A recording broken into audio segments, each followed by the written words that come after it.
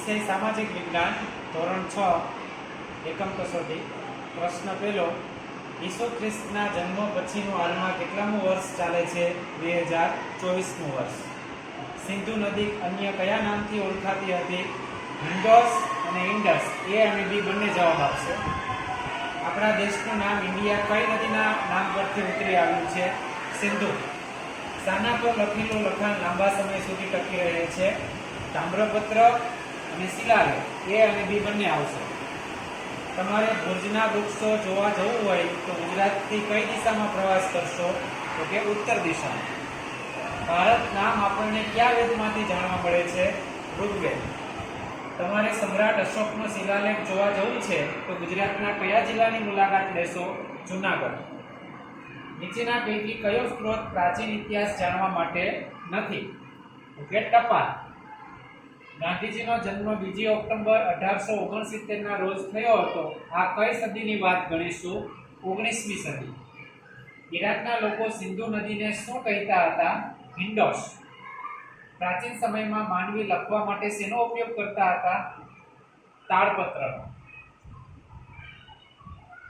નીચે પૈકી કયા સ્થળે તામ્રપત્રો સચવાયેલા નથી મહાત્મા મંદિર ગાંધીનગર ભારતમાં કઈ સદીના પંચમાર્ગના સિક્કા મળી આવ્યા છે ઈસવીસન પૂર્વે 5મી સદી સિંધુ નદી ભારતની કઈ દિશામાં આવેલ છે ઉત્તર પશ્ચિમ ગંગા નદીની આસપાસના ક્ષેત્રોમાં કેટલા વર્ષ પહેલા ઘણા બધા શહેરોનો વિકાસ થયેલો જણાય છે 2500 વર્ષ ઈસવીસન એ કોના જન્મ પછીના વર્ષો છે ઈસુ ખ્રિસ્ત સાલવારીમાં એડીને બીજા કયા નામે ઓળખવામાં આવે છે સીઈ નીચેનામાંથી કયું વિધાન સાચું છે તે શોધો અભિલેખો પર લખાયેલ લખાણો લાંબા સમય સુધી ટકી રહેતા એ વિધાન સાચું છે પ્રશ્ન બીજો આદિમાનવો શિકાર કરવા માટે કયા હથિયારનો ઉપયોગ કરતા ન હતા લોખંડના આદિમાનવો નદી કિનારે વસવાટ કરવાનું પસંદ શા માટે કરતા હતા તો કે પીવાનું પાણી સરળતાથી મળી રહે પાણી પીવા આવનાર પ્રાણીઓનો શિકાર કરી શકાય જળચરો માછલીઓ અને કાચબા જેવા ખોરાક મળી રહે એટલે આપેલ તમામ જવાબ આવશે આદિમાનવો કેવા સ્થળોએ વસવાટ કરવાનું પસંદ કરતા હતા તો કે સારા પ્રમાણમાં પથ્થરો મળી રહે પૂરતા પ્રમાણમાં લાકડા મળી રહે પર્યાપ્ત માત્રામાં પાણી મળી રહે એટલે ઉપરોક્ત ત્રણેય વસ્તુ મળી રહે એવા સ્થળોએ વસવાટ કરવાનું પસંદ કરતા હતા આદિમાનવો શા માટે ભટકતું જીવન જીવતા હતા તો કે શિકાર માટે પાણી માટે એ અને બી બંને સાચા છે આદિમાનવો પથ્થરનો ઉપયોગ કઈ પ્રવૃત્તિ માટે કરતા ન હતા તો કે મકાન બનાવવા માટે ભીમબેટકાની ગુફાઓમાંથી આશરે કેટલા ચિત્રો મળી આવેલ છે 500 જેટલા ભીમબેટકાની ગુફાઓ કઈ નદીના કિનારે આવેલી છે નર્મદા આદિમાનવના સ્થાયી જીવનની શરૂઆત કઈ શોધને આભારી ગણાય છે ખેતી અગ્નિની શોધથી આદિમાનવને કયા કયા લાભ થયા હશે તો કે માંસ શેકીને ખાવા લાગ્યો જંગલી પ્રાણીઓથી રક્ષણ મેળવવા લાગ્યો ઠંડી સામે રક્ષણ મેળવવા લાગ્યો આપેલ તમામ આદિમાનવોના સ્થાયી જીવનની શરૂઆતનો પ્રથમ સાથીદાર કોણ ગણાય છે કૂતરો ભીમબેટકાની ગુફાઓમાં જોવા મળેલ આદિમાનવની કઈ કલા આજે પણ જોવા મળે છે ચિત્રકલા આદિમાનવ ગુફામાં શા માટે રહેતો હશે તો કે જંગલી પ્રાણીઓથી બચવા ઠંડી અને વરસાદથી બચવા ખોરાકનો સંગ્રહ થઈ શકે માટે આપેલ તમામ આદિમાનવોના સમયને કયા યુગ તરીકે ઓળખવામાં આવે છે પાષાણ યુગ ઘાસના ક્ષેત્રોનો વિસ્તાર વધવાથી કયા પ્રાણીઓની સંખ્યામાં વધારો થયો હતો તૃણાહારી પ્રાણીઓ પ્રાચીન સમયનું ભારતનું સૌથી પ્રાચીન ગ્રામ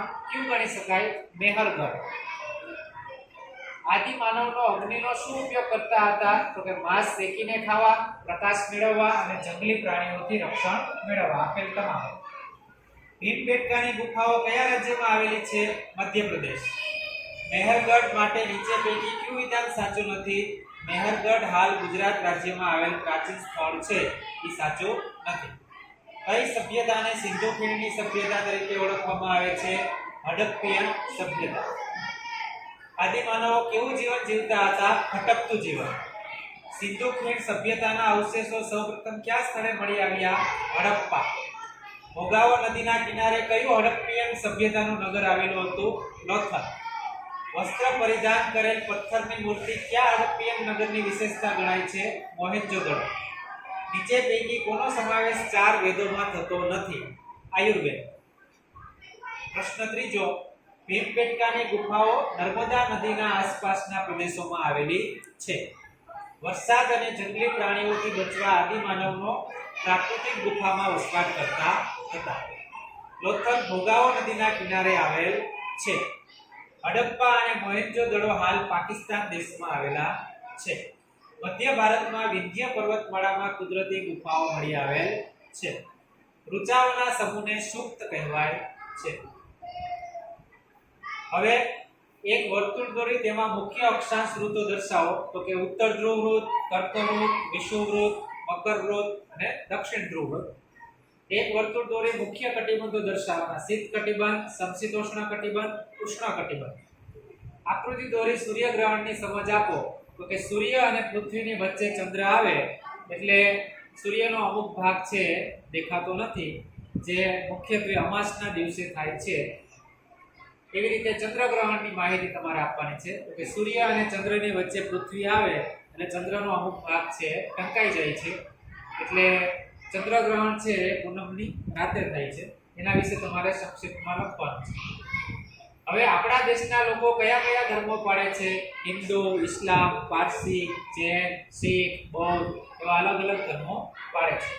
ભારતમાં બોલાતી કોઈ પણ 4 ભાષા જણાવો. હિન્દી, ગુજરાતી, મરાઠી, અંગ્રેજી, બંગાળી, કન્નડ, મલયાલમ, તેલુગુ, અલગ અલગ ભાષા. ભારતમાં ઉજવાતા મુખ્ય તહેવારો દિવાળી, નવરાત્રી, ઈદ, પતેતી, હોળી, પર્યુષણ. પંજાબનું કયું નૃત્ય પ્રખ્યાત છે? ભાંગડા. ભારતમાં કયો ધર્મ પાળનાર પ્રજા સૌથી વધુ છે? હિન્દુ. પર્યુષણ તહેવાર કયા ધર્મ સાથે જોડાયેલ છે? જૈન ધર્મ.